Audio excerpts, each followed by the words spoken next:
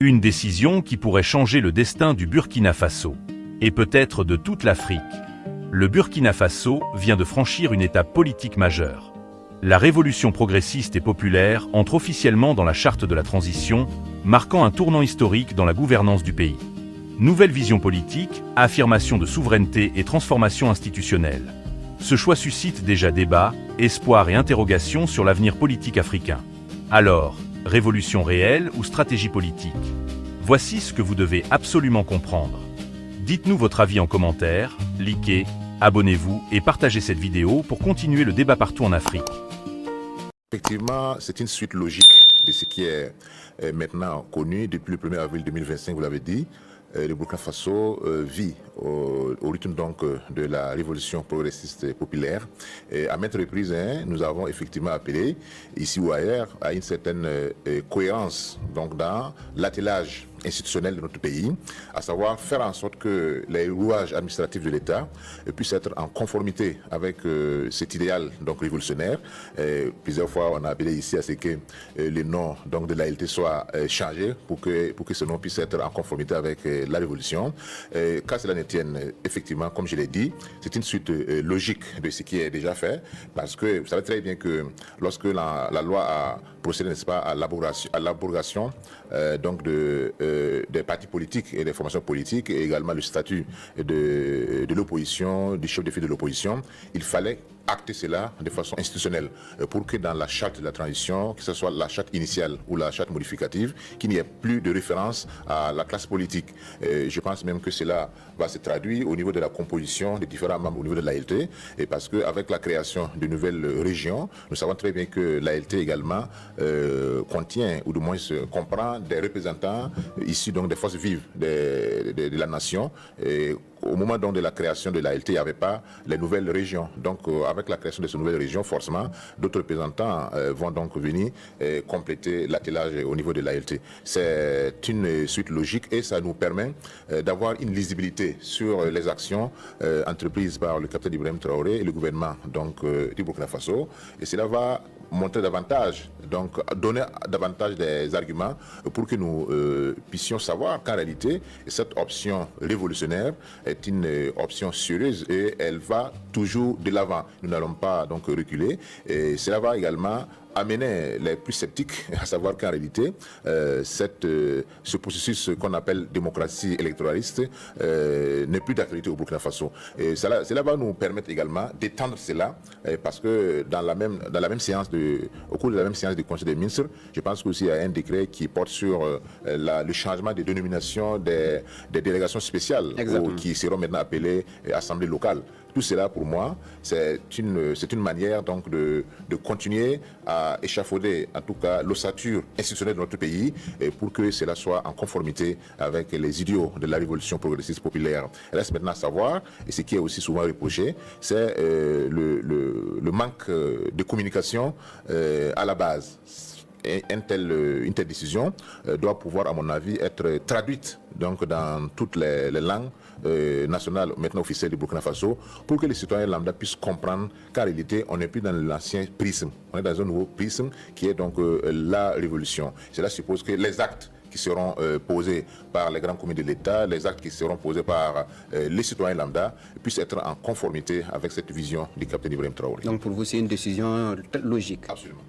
Alors, Juvenal Somé, quelle lecture faites-vous donc de ce projet de loi qui doit bien sûr être donc qui doit passer d'abord par l'Assemblée législative? Merci Sekou. Je trouve que c'est une décision qui est tout à fait logique, comme vous l'avez souligné dès le départ, qui, de mon point de vue, clarifie un certain nombre de concepts, d'abord du point de vue institutionnel, ensuite du point de vue normatif. Je pense qu'avec cette décision, nous passons d'une approche, je dirais, proclamative, à une approche finalement d'insertion dans notre corpus juridique. Donc la révolution progressiste et populaire devient de facto finalement partie intégrante finalement de notre architecture institutionnelle et juridique avec toutes les implications que cela apporte. Donc il ne s'agit plus aujourd'hui simplement de dire que nous sommes en révolution progressiste et populaire, c'est une réalité juridique et ça veut dire que tous les Burkinabés aujourd'hui, je dirais, doivent se situer finalement dans cette vision avec tout ce que cela implique. Je pense que du point de vue aussi des conséquences, il y a 2 conséquences majeures que je vois. D'abord au niveau interne, finalement, comme j'ai dit, du point de vue de l'insertion dans les normes internes. Je pense que c'est cela aujourd'hui. Donc tous les Burkinabés aujourd'hui sont amenés aujourd'hui, je dirais, à garder finalement en référence finalement cette révolution progressiste et populaire, mais surtout également au plan international, comme le ministre l'a souligné aussi, aux partenaires internationaux du Burkina Faso. Ça veut dire que finalement cette nouvelle approche aujourd'hui va à l'endroit des partenaires internationaux. Cela va se traduire simplement par le fait qu'aujourd'hui le Burkina Faso va continuer de respecter finalement, je dirais, ses engagements sur le plan international, mais en tenant compte finalement du fait que désormais il y a une nouvelle donne qui s'est inscrite et tous, je dirais, les accords internationaux, tous les engagements internationaux aujourd'hui doivent être en conformité finalement avec les idéaux, je dirais, proclamés par cette révolution progressiste et populaire. Donc du point de vue à la fois politique, diplomatique, mais économique, mais aussi socio-culturel. Donc c'est une implication forte, je dirais, avec toutes les dimensions finalement qui engagent aujourd'hui, je dirais, ce changement. Donc pour moi, je dirais que c'est un changement majeur fort finalement du point de vue politique, surtout en ce début d'année 2026, qui va donner le ton finalement de tout ce qui va suivre par la suite, puisque Soro a parlé tout à l'heure, désormais je pense qu'il y aura sans doute dans les semaines à venir, je dirais, une sorte de nettoyage pour rendre finalement, mettre en conformité finalement, je dirais, un certain nombre de textes, finalement un certain nombre d'engagements aussi, en conformité avec cette nouvelle donne. Donc, ça ne doit pas se traduire simplement, je dirais, par la mise en œuvre finalement de ce texte, mais ça va impacter tous les domaines de la vie socio-politique, économique et culturelle. Alors, Ahmed connaît bientôt donc les idéaux de la RPP, la révolution progressiste populaire, dans la charte qui guide la conduite des actions du Burkina Faso. Bien sûr, si le projet de loi est adopté par l'Assemblée, quel est votre avis là-dessus? Non, je pense que c'est une avancée majeure et surtout logique, comme ils l'ont dit tous les deux. Et ça se comprend bien parce que la révolution est venue pour transformer. La révolution n'est pas venue pour continuer comme ça, comme certains le croient. La révolution est venue pour tout bouleverser. Et surtout, la révolution progressiste populaire met au centre de ses préoccupations la valeur socioculturelle majeure des Africains.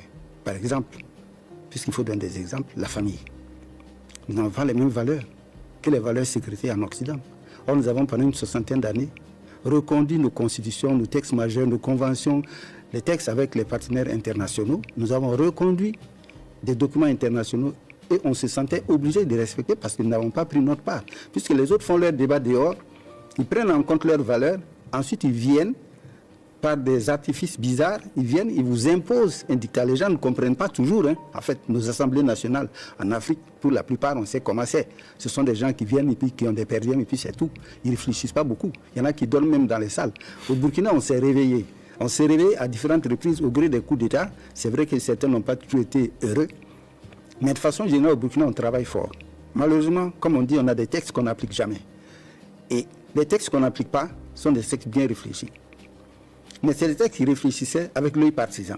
Or, ce qui s'est toujours passé, c'est que les différents partis politiques qui étaient quand même sur la selle sont des partis politiques qui venaient sécréter l'opinion internationale qu'on nous a très souvent dissimulée à travers des grandes conventions, obligeant ainsi les partis politiques qui sont membres de ces instances internationales à travers leurs représentants, donc les obligeant en quelque sorte à respecter un minimum de directives internationales. Aujourd'hui, nous disons la révolution progressiste populaire a pour option la souveraineté. Nous voulons totalement être indépendants.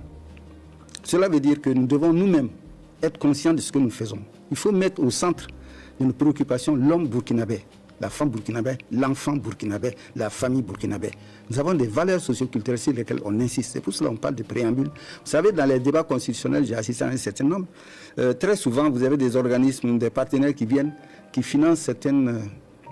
Pourquoi ne pas dire des périèmes? On vous donne des périèmes pour que vous réfléchissiez sur la question de l'eau, par exemple, sur la question de la famille, etc., etc. Vous verrez, à chaque session, vous verrez des gens qui vont se lever, qui vont défendre certaines causes. Bien sûr, tout le monde croit que ce sont des causes collectives, mais en fait, derrière ça, vous avez des ambassadeurs, des outsiders, des partenaires qui sont là, qui instrumentalisent la chose et qui prennent des groupes sociaux et qui les utilisent à d'autres fins. Finalement, vous sortez avec un texte bancal.